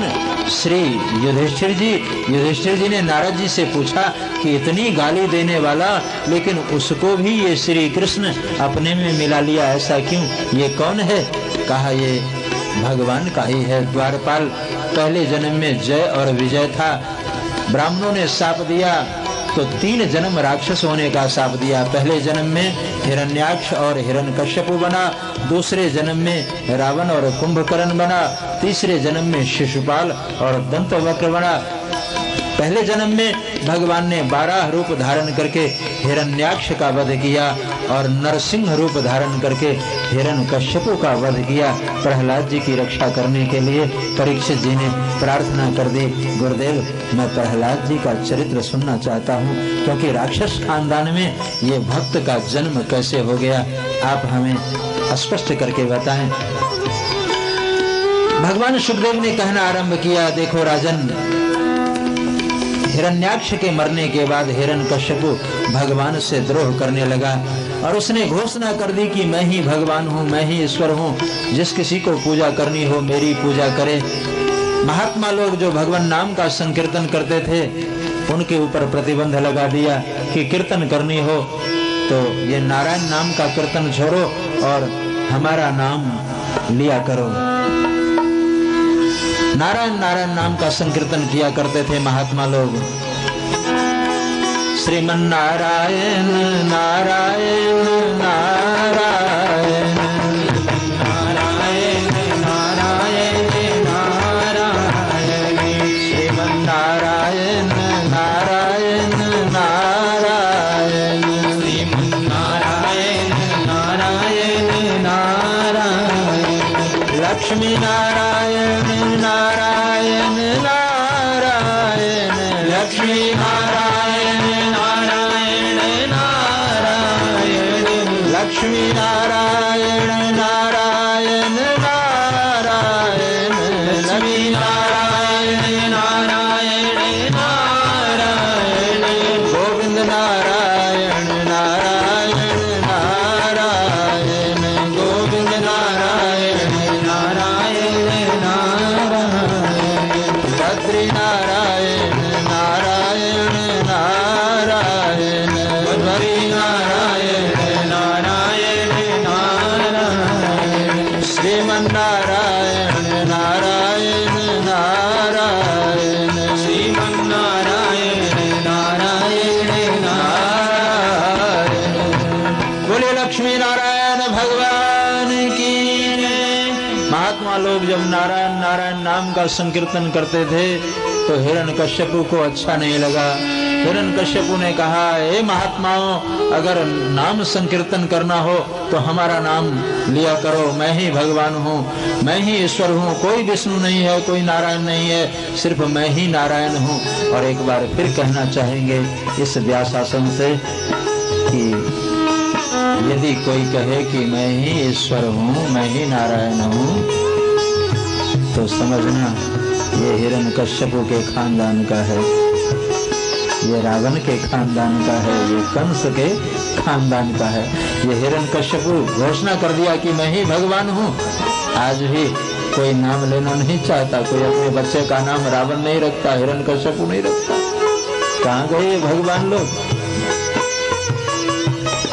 हिरण्यकश्यपु ने घोषणा करवा दी कि मैं ही भगवान हूँ, मेरी पूजा करो। चारों तरफ मुनादी करवा दी। सभी महात्माओं को, पूजा पाठ करने वाले को, ब्राह्मणों को, सबको कारागृह में डाल दिया, जेल में डाल दिया। और महात्मा लोग त्राही त्राही करने लगे, ये तो बड़ा दुष्ट राजा बैठा है गद्दी पर। और जब जब सत्ता असुरों के हाथ में आई है, धर्म के ऊपर उसने प्रहार किया है। लेकिन धर्म तो धर्म है, यतो धर्मस्ततो जयः। जहाँ धर्म है उसी की जीत होती है, चाहे कितना भी जोर लगा ले, कितना भी शक्ति का प्रयोग करे, लेकिन जीत सदैव धर्म की ही होती है। यहाँ महात्मा लोग कैद खाने में हैं, कारागृह में हैं, और इधर शुक्राचार्य जी जो दैत्यों के गुरु थे, वो तो बिना चरणामृत के भोजन नहीं करते थे। देखा कि चेला राम बड़ा दुष्ट है, चारों तरफ ढिढोरा पिटवा दिया है कि कोई पूजा नहीं कर सकता विष्णु की, और बिना चरणामृत लिए मैं भोजन नहीं कर सकता, तो कैसे पूजा करूं? नदी के किनारे चले जाते और रात्रि के चौथे प्रहर में शालिग्राम भगवान को स्नान करा करके चरणामृत ले लेते और फिर उन्हें बंद करके और राजसभा में आ जाते, ताकि चेले को पता न चले कि मैं पूजा करता हूँ। एक दिन गुप्तचरों ने सूचना दे दी, राजन आपने सबको तो मना कर दिया पूजा के लिए, लेकिन आपके गुरुजी जो हैं वो रोज पूजा करते हैं, ऐसा पता चला है। हिरण्यकश्यपु ने कहा, गुरुजी हुए तो क्या हुए, दुष्ट तो दुष्ट ही ठहरा, वो किसी को नहीं मानता। कहा, गुरुजी यदि पूजा करते हैं तो उनके ऊपर भी प्रतिबंध लगाया जाएगा। और प्रातः काल एक दिन पता लगाते लगाते पहुंच गया। शुक्राचार्य जी उस समय शालिग्राम भगवान की पूजा कर रहे थे। शुक्राचार्य जी ने देखा कि ये चेला राम आ रहा है, क्या करूं? झट से भगवान शालिग्राम को कमंडलू में डाल दिया। कहा, महाराज आप जल स्वरूप हो जाएं, हे देव आप जल स्वरूप हो जाएं। कमंडलू में डाल दिया। हिरण्यकश्यपु का आगमन हुआ। हिरण्यकश्यपु ने पूछा, गुरुदेव ये फूल, ये चंदन, ये चावल, ये सब क्यों? लगता है आप विष्णु की पूजा करते हैं। कहा, अरे बच्चा कहाँ है वो विष्णु, देख लो। कहा, आप जरूर पूजा करते हैं, ये पूजन सामग्री है, कहाँ है विष्णु, मेरे हवाले कीजिए, नहीं तो ठीक नहीं होगा। कहा, बच्चा कहीं मिल रहा है तो तुम ढूंढ लो। वो भी कम होशियार नहीं था। कहा, गुरुदेव जोरों की प्यास लगी है, ये कमंडलू का जल देंगे? अब शुक्राचार्य जी ने देखा कि कमंडल में तो भगवान शालिग्राम है, प्रार्थना किया, हे प्रभु आप कमंडल से भी अंतर ध्यान हो जाए, क्योंकि ये दुष्ट मानेगा नहीं, जल तो पिएगा ही। तो शालिग्राम भगवान तो धीरे से निकाल लिए और जल पिलाने लगे।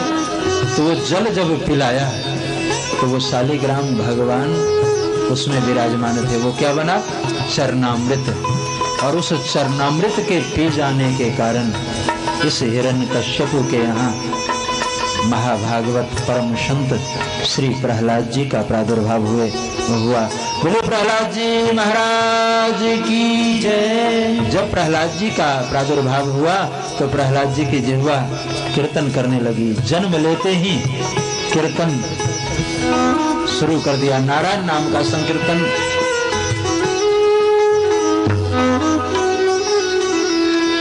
श्रीमन नारायण नारायण नारायण, श्रीमन नारायण नारायण नारायण, श्रीमन नारायण नारायण नारायण, श्रीमन नारायण नारायण नारायण, श्रीमन नारायण नारायण नारायण।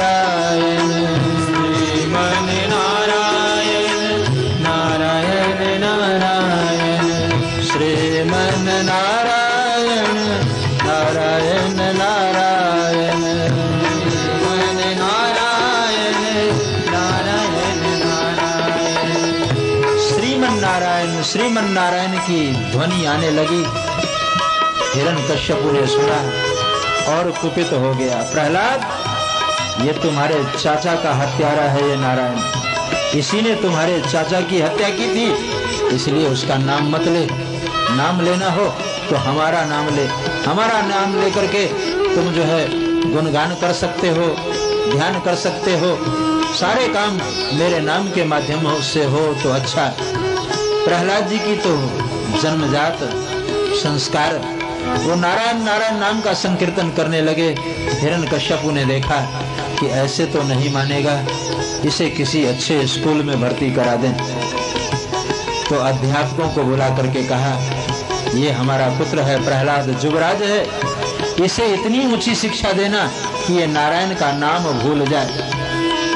अध्यापकों ने जब प्रहलाद जी को शिक्षा देनी आरंभ की तो प्रहलाद जी ने सभी बच्चों के साथ मिलकर के और नारायण नाम का संकीर्तन करवा दिया विद्यालय में। पहले तो छात्र लोग संकीर्तन कर रहे थे। धीरे धीरे प्रहलाद जी ने अध्यापकों के मन में भी प्रभु के प्रति निष्ठा जागृत की और सभी अध्यापक अब नारायण नाम का संकीर्तन करने लगे। जब अध्यापकों ने कीर्तन करना आरंभ कर दिया तो हिरण्यकश्यप ने देखा अब तो कुएं में भांग पड़ी है, जहां देखो वहीं नारायण नारायण नाम का संकीर्तन हो रहा है। प्रहलाद जी को बुला लिया और पूछा, बेटा तूने विद्यालय में कौन सी विद्या प्राप्त की है? प्रहलाद जी ने कहा, पिताजी मैंने 9 प्रकार की विद्या प्राप्त की है। कौन कौन सी विद्या? कहा, श्रवणम कीर्तनम विष्णु स्मरणम पाद सेवनम अर्चनम वंदनम दास्यम सख्यम आत्मनिवेदनम। कहा, श्रवणम कीर्तनम विष्णु स्मरणम पाद सेवनम, ये नवधा भक्ति है। 9 प्रकार की भक्ति बताई है प्रहलाद जी ने कि पहली शिक्षा तो मैंने ये सीखी है श्रवणम, जहाँ कथा कीर्तन हो वहाँ जाकर के सुने, ये पहली भक्ति। रामायण में और भागवत में कुछ अंतर है। रामायण में पहली भक्ति है क्या? श्रवणम, श्रवण करना। भागवत में पहली भक्ति है श्रवण करना। और रामायण में सबरी के नजदीक जब भगवान ने नवधा भक्ति का उपदेश किया तो कहते हैं वहाँ, बहुत सुंदर बात कहते हैं, प्रथम भगति संतन कर संगा, प्रथम भगति संतन कर संगा, उसर रति मम कथा प्रसंगा, उसर रति मम कथा प्रसंगा, प्रथम भगति संतन कर संगा, प्रथम भगति संतन कर संगा, प्रथम भगति संतन कर संगा,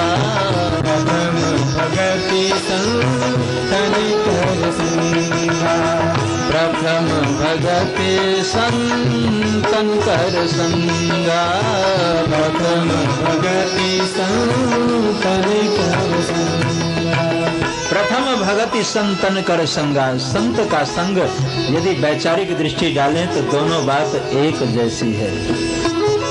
जो बात भागवत में कही गई है वही बात रामायण में कही गई है। संत मिलेंगे तो सत्संग मिलेगा, संत मिलेंगे तो सत्संग मिलेगा और सत्संग सुनने की ही बात है। इसलिए पहली भक्ति है श्रवणम, जहाँ कहीं कथा कीर्तन हो वहाँ जाके सुनना। और दूसरी भक्ति है कीर्तन करना। जब भी कीर्तन हो तो उसमें आवाज से चोरी न करे, खूब मुक्त कंठ से कीर्तन करे। कई बार मैं यहाँ से देखता हूँ कि जब कीर्तन होता है तो कई लोग सोचते रहते हैं कि जब हमारा पड़ोसी बोल रहा है तो मैं अपना मुख क्यों खोलूं। किंतु एक बात आप ध्यान से सुन लें कि यहाँ आने के बाद जिनका मुख खुला कीर्तन में, उनके लिए भगवान का खाता भी खुला, और जिनका मुख बंद, उनके लिए भगवान का खाता भी बंद। कीर्तन करने से खाता खुल जाता है और मुख अगर बंद करें तो खाता बंद हो जाता है। यहाँ आने के बाद भी खाता न खुले, ये आश्चर्य नहीं तो और क्या। कई लोगों को अभ्यास होता है कई लोग वाद विवाद करते हैं तो इतना गला फाड़ फाड़ के चिल्लाते हैं कि पूरे मोहल्ले को इकट्ठा कर। लेकिन ऐसे लोगों से कहो कि तुम कीर्तन करो, अपनी जिह्वा पवित्र कर लो, तो फिर आवाज से चोरी कर लेते। जिनका मुख खुला उनके लिए भगवान का खाता भी खुला। एक बार देखो परीक्षा के रूप में। श्रीमन नारायण नारायण नारायण, श्रीमन नारायण नारायण नारायण, श्रीमन नारायण नारायण नारायण, श्रीमन नारायण नारायण नारायण, श्रीमन नारायण नारायण नारायण, श्रीमन नारायण नारायण नारायण, श्रीमन नारायण नारायण नारायण, श्रीमन नारायण नारायण नारायण, श्रीमन नारायण नारायण नारायण, श्रीमन नारायण नारायण नारायण, श्रीमन नारायण नारायण नारायण,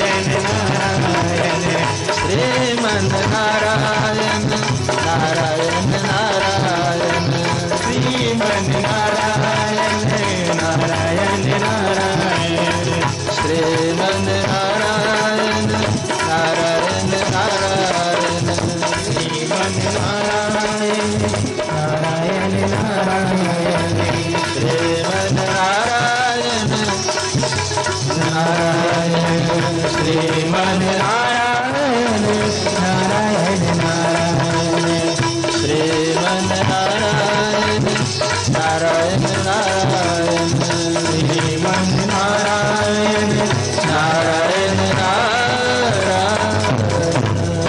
बोले लक्ष्मी नारायण भगवान की जय।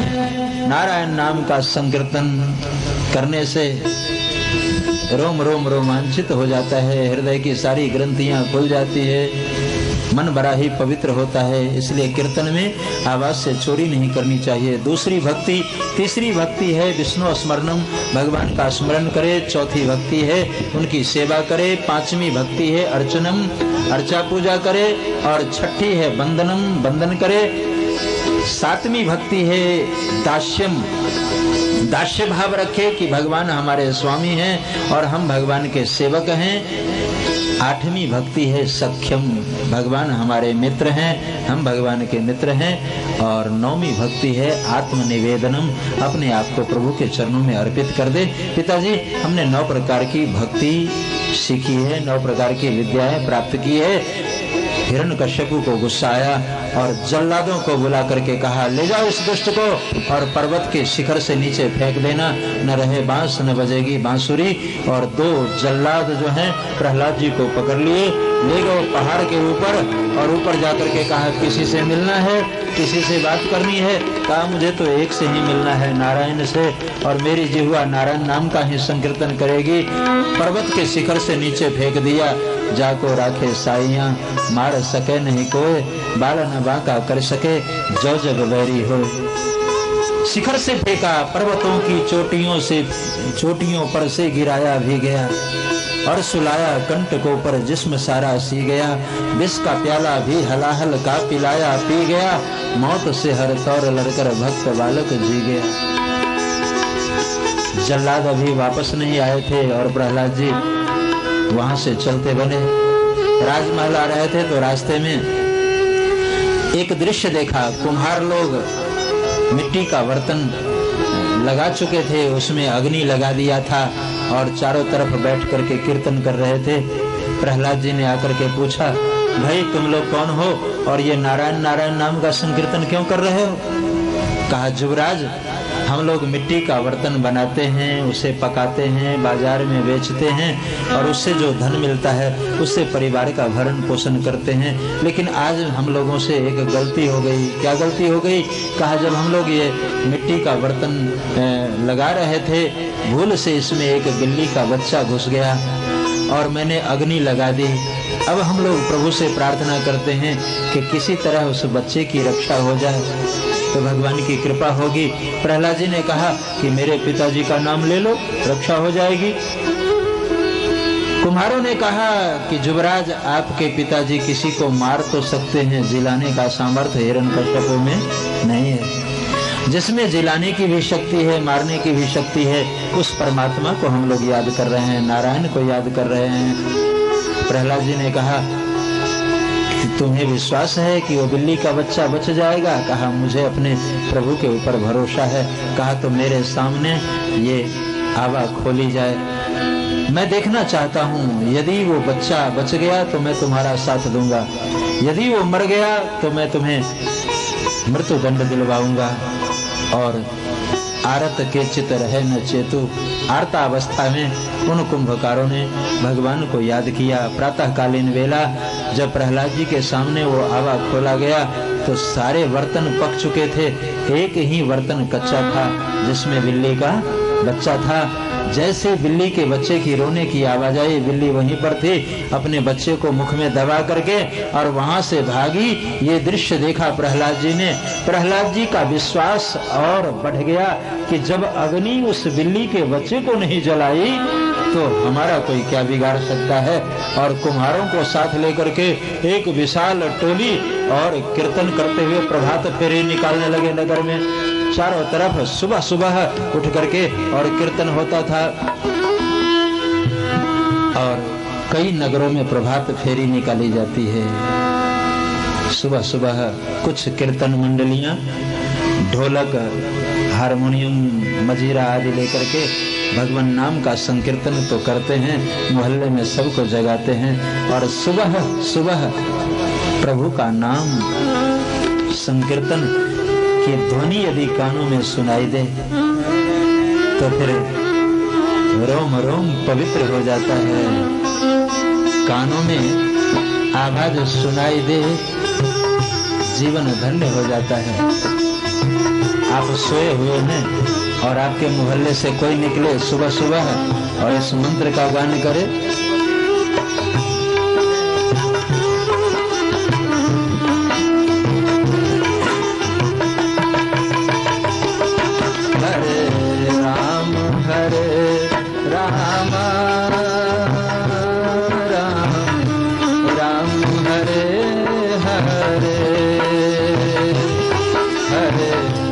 कृष्ण हरे कृष्ण कृष्ण कृष्ण हरे हरे हरे राम राम राम हरे हरे ओ हरे कृष्ण कृष्ण कृष्ण हरे हरे हरे राम राम राम हरे हरे हरे कृष्ण कृष्ण कृष्ण हरे हरे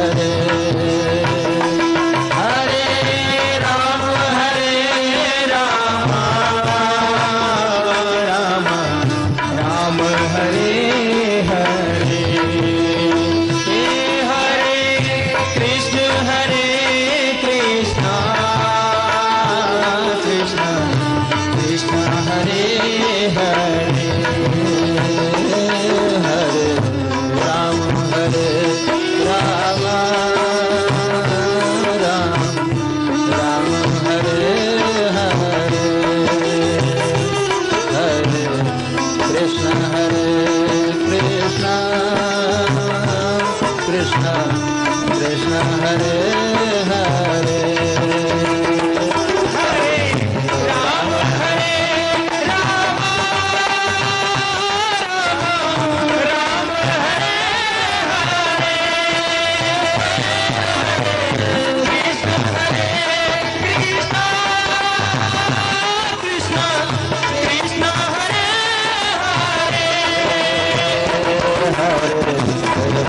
हरे राम राम राम हरे हरे हरे कृष्ण कृष्ण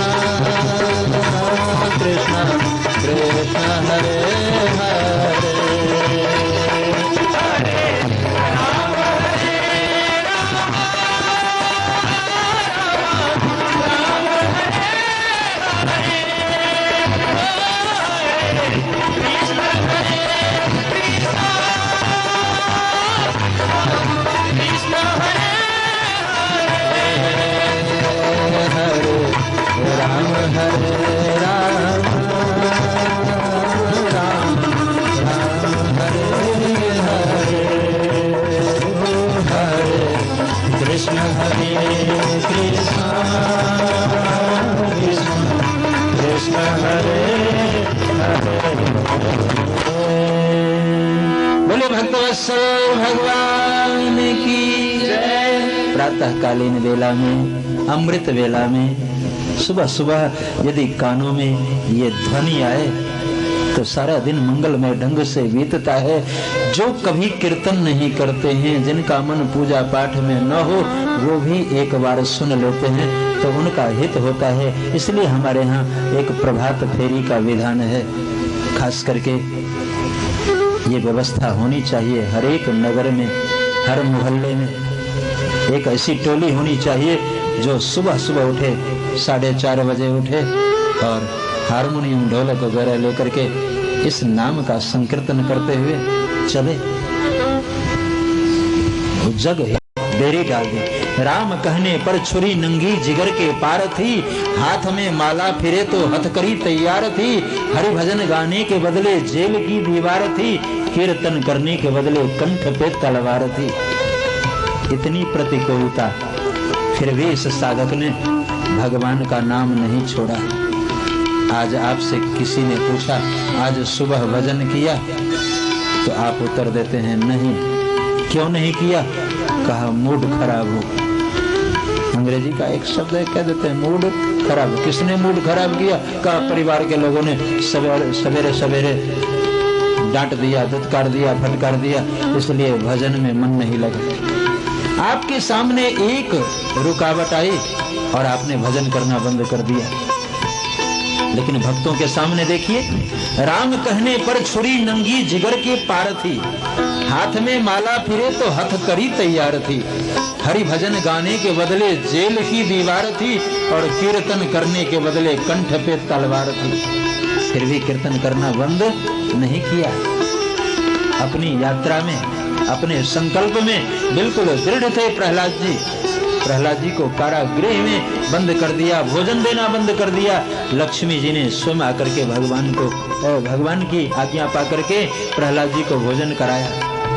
हर उपाय करके जब थक चुका हिरण्यकश्यपु, तो सोचा कि आज मैं इसे मृत्यु दंड दूंगा। दुखी था, अपना सिर पकड़ के बैठा था सिंहासन के ऊपर। तो हिरण्यकश्यपु की बहन वहां आई, होलिका। होलिका ने कहा भैया आज कुछ उदास लग रहे हो, क्या बात है? कहा ये दुष्ट जो है प्रहलाद मरता भी नहीं है और बहुत दुखी करता है। होलिका ने कहा आप कहें तो मैं इसे मार सकती हूँ। कहा मैंने बहुत से जतन किए, ये मरा नहीं, तू कैसे मारेगी? कहा मेरे पास अग्निदेव का एक चादर है और उस चादर को मैं ओढ़ करके यदि अग्नि में बैठ जाऊं तो मेरे ऊपर अग्नि का प्रभाव नहीं होता और मैं इसे जला डालूंगी। हिरण्यकश्यपु खूब ठहाका लगाया, बहन तूने कितनी अच्छी बात की, ये काम तो बहुत शीघ्र करनी चाहिए थी हमें, मुझे ज्ञान नहीं था। ले जाओ इस दुष्ट को अग्नि में जला दो।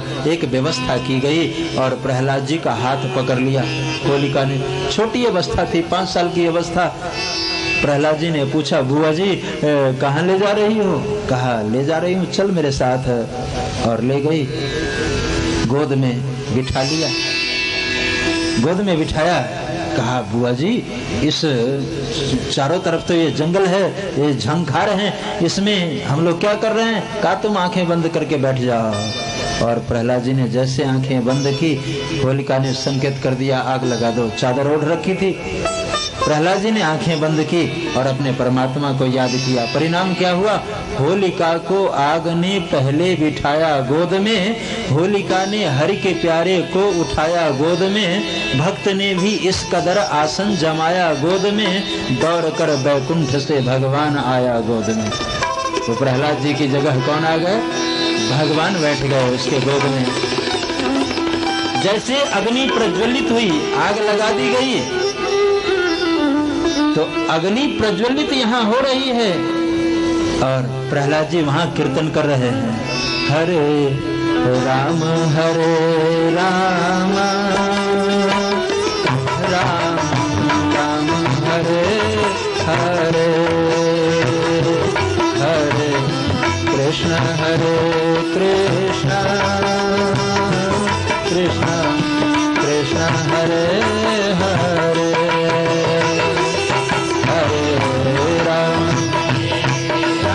सभी लोग गाइए।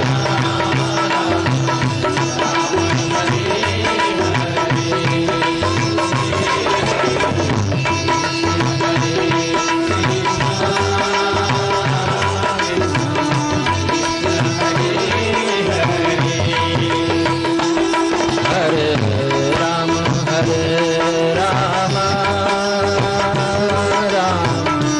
राम हरे हरे, कृष्ण कृष्ण कृष्ण हरे हरे, हरे राम राम राम हरे हरे, ओ हरे कृष्ण कृष्ण कृष्ण कृष्ण हरे हरे, हरे राम राम राम हरे हरे, हरे कृष्ण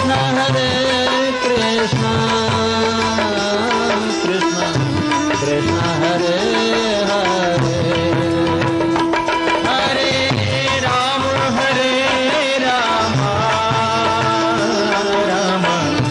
राम हरे हरे, हरे कृष्ण कृष्ण कृष्ण हरे हरे,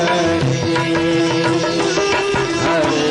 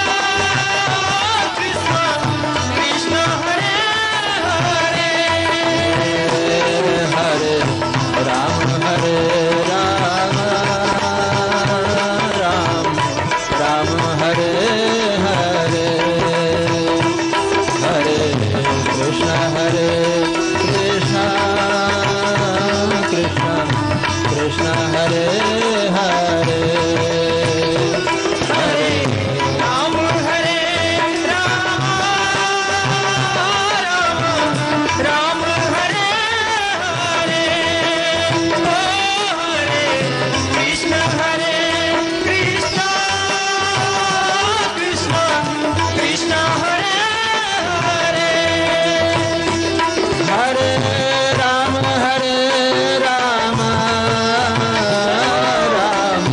राम हरे हरे, हरे कृष्ण कृष्ण कृष्ण हरे हरे, हरे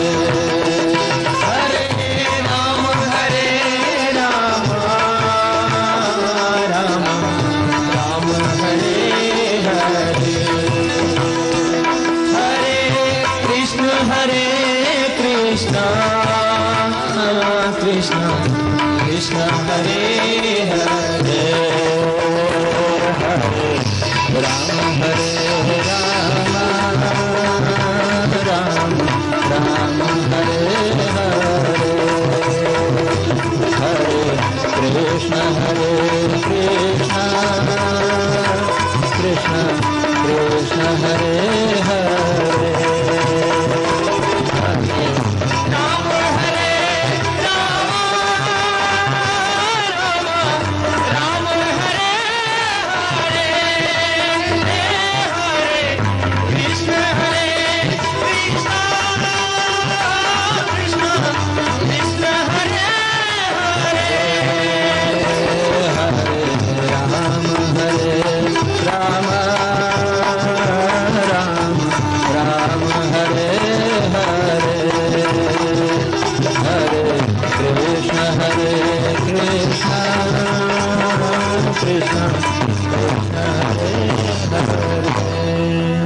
बोले भक्तवत्सल भगवान की जय। श्री प्रहलाद जी होलिका के गोद में बैठे हैं, भगवान नाम का संकीर्तन कर रहे हैं। होलिका ने कहा, ये राम तुम्हारी रक्षा नहीं करेगा, अब तो तुम निश्चित रूप से मारे जाओगे। अग्नि लग चुकी है चारों तरफ, लेकिन होलिका की योजना निष्फल हो गई। आग की सोलाजनी प्रहलाद पर निष्फल गई, दुर्जनों की हुई तरकीब उल्टी चल गई। थी जला हरे कृष्ण कृष्ण कृष्ण हरे हरे।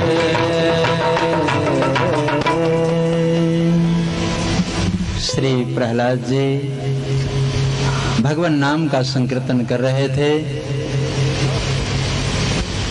होलिका जलाने का उपक्रम कर रहे थे, लेकिन स्वयं जल गई। जो जलाने वाली थी, अफसोस वो खुद जल गई। होलिका के जलने के बाद हिरण्यकश्यपु ने आकर के पूछा, बहन होलिका, वो प्रहलाद जल गया? प्रहलाद जी ने आवाज दी, पिताजी मैं हूँ मैं। कहा रे कौन मैं? कहा प्रहलाद। कहा और बुआ जी? कहा बुआ जी गोविंदाय नमो नमः। कहा हरि बोल हो गई। कहा क्यों, अग्नि तुम्हें नहीं जलाई? प्रहलाद जी ने कहा, पाप कोपि शल्लायिते धुना राम नाम जपताम कुतो भयम। मैं तो प्रभु का नाम ले रहा हूँ, राम नाम जपताम कुतो भयम। ये अग्नि जो है ये भी जल के समान शीतल है, मुझे तो बहुत सर्दी लग रही है। यदि आप एक दो कंबल भेज दें तो बड़ी कृपा होगी आपकी। हिरण्यकश्यप और कुपित हो गया, अरे मूर्ख, अभी मैं कंबल भेजता हूँ। और प्रहलाद जी को उस अग्नि में से खींच लिया, ले आया राजमहल ले आकर के आज प्रहलाद जी के हाथ पांव बांध दिए एक खंभे से और कहा, देख प्रहलाद, आज तक मैंने दूसरे के ऊपर भरोसा किया, लेकिन आज अपने हाथों से मैं तुम्हें मृत्युदंड दूंगा। मैं तुम्हें अवश्य मारूंगा। आज देखता हूँ तुम्हारा वो ईश्वर कहाँ है। प्रहलादास्ति यदि सरो बदहरी सर्वत्र में दर्शयः। तू कहता है कि सब जगह वो परमात्मा हमें दिखाई दे रहा है, तो क्वासौ, वो कहाँ है? और यदि है तो कस्मात स्तंभे न दृश्यते, वो दिखाई क्यों नहीं देता? प्रहलाद जी ने कहा, मया तो दृश्यते, मुझे दिखाई देता है, लेकिन तुम्हें अगर दिखाई न दे तो ये तुम्हारे आंखों का दोष है, इसमें हमारा कोई दोष नहीं। मुकुर मलिन और नयन विहीना, राम रूप देखे किमि दीना। तुम्हारे हृदय का शीशा जो है वो गंदा हो गया है और आंखों की ज्योति समाप्त हो गई है, इसलिए वो परमात्मा दिखाई नहीं देता, मुझे दिखाई देता है। कहाँ है? कहा खंभे में। और जैसे कहा खंभे में, हिरण्यकश्यपु ने उस खंभे में लातों का प्रहार किया। इस खंभे में कहाँ है तुम्हारा ईश्वर? जैसे प्रहार किया वो खंभा फटा तर तर करके और भयंकर आवाज आई, उसमें से भगवान नरसिंह गर्जना करने लगे, बोलिए नरसिंह भगवान की जय, नरसिंह भगवान की जय। भगवान नरसिंह के रूप में वहां प्रकट हुए और जय जयकार होने लगी। देवताओं ने धुंधवी बजाई, भगवान के ऊपर पुष्पों की वर्षा की और इधर प्रहलाद जी का जो हाथ पांव बंधा हुआ था, भगवान ने उस ओर देखा और देखते ही हिरण्यकश्यपु को भागते हुए देखा। भगवान ने अपनी भुजा बढ़ा करके उसे पकड़ ली। बच्चा अब कहाँ भागेगा। और प्रहलाद जी को देखा, देखने के बाद भगवान कुपित हो गए, हिरण्यकश्यपु को अपने घुटने के ऊपर लिटा दिया और पूछा, बच्चा तूने कहा था कि ना दिन में मरूं ना रात में, तो अभी दिन है? कहा नहीं। रात है? कहा रात भी नहीं, गोधूली बेला थी। कहा न तूने कहा था ना दिन में मरूं ना रात में मरूं, ना अस्त्र से मरूं ना शस्त्र से मरूं, तो मेरे हाथों में कोई अस्त्र शस्त्र है?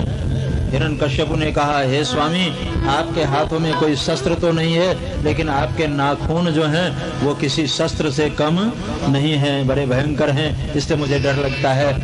भगवान ने कहा, तूने कहा था कि मैं ना आकाश में मरूं ना पाताल में, ना घर में मरूं ना बाहर, मृत्यु के सारे दरवाजे बंद कर दिए थे तुमने। अब तू बता कि घर में है? कहा महाराज न घर में हूँ। बाहर है? बाहर भी नहीं हूँ, दरवाजे पर हूँ। कहा पृथ्वी पर है? कहा नहीं महाराज। आकाश में है? कहा नहीं, आपके घुटना पर हूँ। कहा तो फिर तूने कहा था कि ब्रह्मा की बनाई हुई सृष्टि में मैं किसी से न मरूं, तो मुझे ब्रह्मा ने बनाया? हिरण्यकश्यपु ने कहा, नहीं स्वामी, आपको ब्रह्मा ने नहीं बनाया, आपने ब्रह्मा को बनाया। और ये सब प्रश्न कर रहे थे, तब तक प्रहलाद जी के ऊपर दृष्टि